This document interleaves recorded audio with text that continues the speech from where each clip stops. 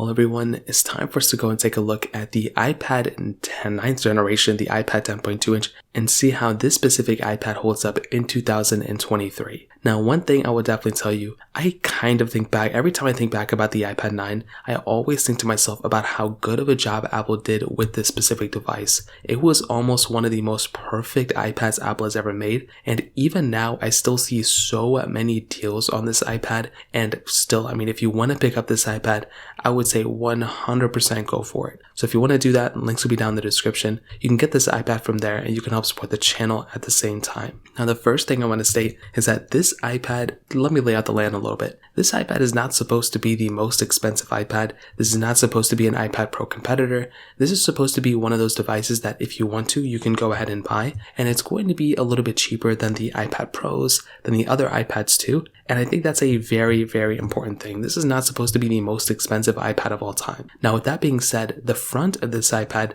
still looks fairly good. I still think this iPad looks very, very nice for the most part. On the front, you are getting a 10.2 inch Retina IPS LCD panel. It's a pretty good panel overall. It's definitely not the best looking thing I've ever seen in my life, but I definitely do think, for the most part, it's a pretty good looking panel. You have, a little bit of bezel on the top and bottom. You have the home button on the front, but you still get Touch ID on the front, which is nice. And overall, I think it looks pretty good. It could look better, but I think Apple did a pretty decent job with this specific layout. Now, you do have the Lightning port at the bottom, which is perfectly fine. No USB-C, but I think that's totally okay. On top of that, you are still also getting the headphone jack in this iPad, which is really nice. They haven't removed it on many iPads yet, so hopefully they don't end up doing that. And on the back, you have the standard aluminum back. So I think this back looks fine. We have the single camera setup on the top left corner. And overall, when I look at this iPad on the outside, it still looks very good. It still feels very premium. There's not a lot to hate on it here. Of course, if you had a more expensive iPad, it would feel better. It would look better.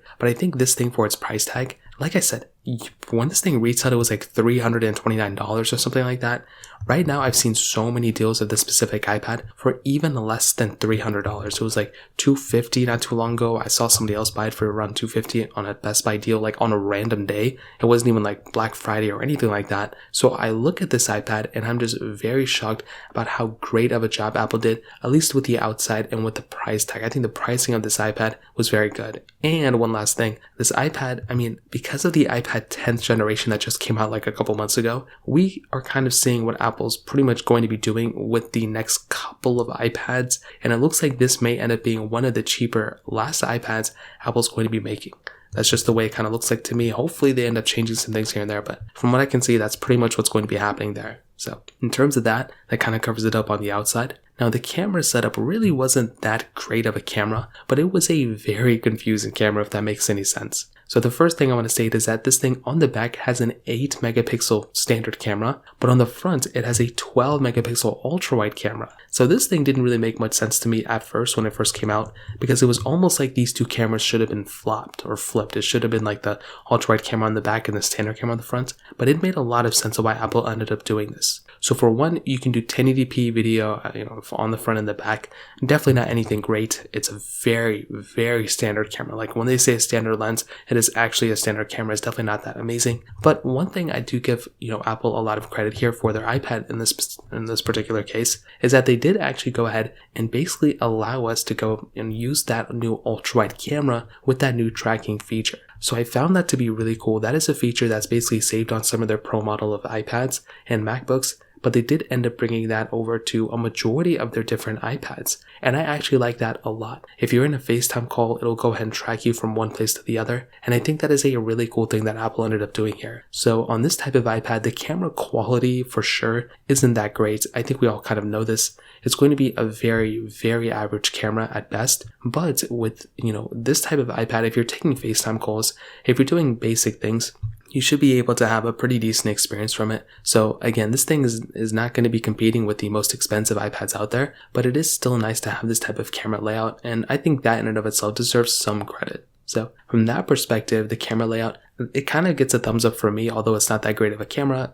Because of the price tag of this thing, it's pretty hard to beat. Now moving on to basically the software and longevity portion of this iPad, this device really isn't going to be lasting, forever, and the latest iPads that just came out are definitely going to be lasting longer, but this thing still has a long future ahead of it. So to give you some perspective, and I always love breaking things down like this iPad pretty much has the same chipset internally as something like an iPhone 11. So kind of keep that in the back of your head.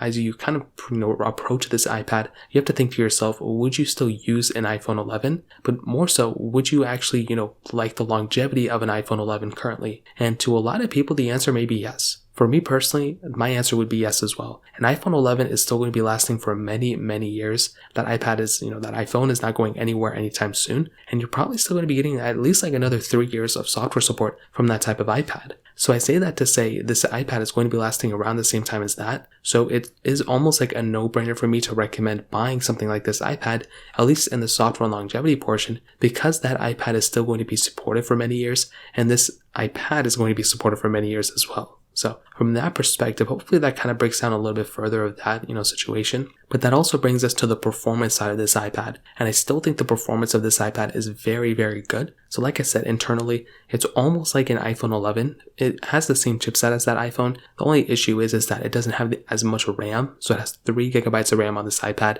versus the iPhone 11, which had 4. But that's not to say that this iPad isn't still a very fast iPad. I mean, this thing, realistically speaking, no matter what you're going to do with it, for a majority of people out there, you're probably going to be perfectly fine. So I say that to say, things like basic gaming, if you're going through and, playing some light applications, like if you're just taking notes, if you're just, using your Apple Pencil to write stuff, this thing supports Apple Pencil 1, I think you're going to be getting clearly a pretty good experience from it. Even if you take it up a notch and you're playing Roblox or Call of Duty Mobile or Genshin Impact, like I said for so many videos now, because all the latest games have the ability of changing the graphics, you can go ahead and still have a very old iPad or iPhone and still have a very good experience from it.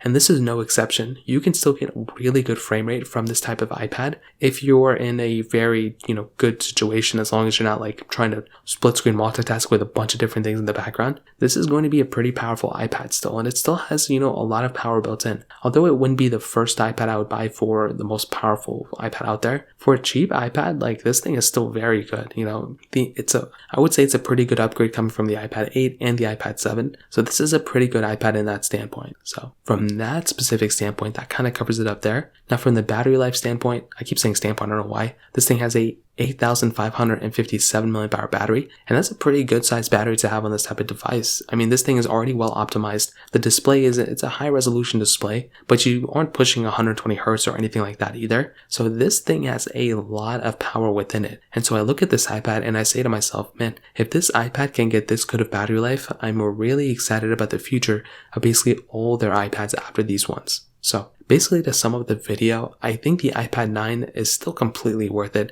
It's a very, very good iPad, and although it's not the best iPad of all time, it is still a very good priced iPad right now. And if you can get this thing for less than $300, and if it's between this thing or a MacBook or this thing and some other thing, like by all means go for it. I think this is a very solid option. Again, it's not perfect, but I think it's good enough for a lot of people, and I think that in and of itself is a really good thing this iPad has going for it. So that pretty much covers it up. If you have any other thoughts or questions, please let me know in the comment section below. Hit the like button, that would mean so much, but definitely hit that subscribe button. More importantly than everything else, I love every single one of you guys. Hopefully I'll catch you guys in the next video. Peace out till then.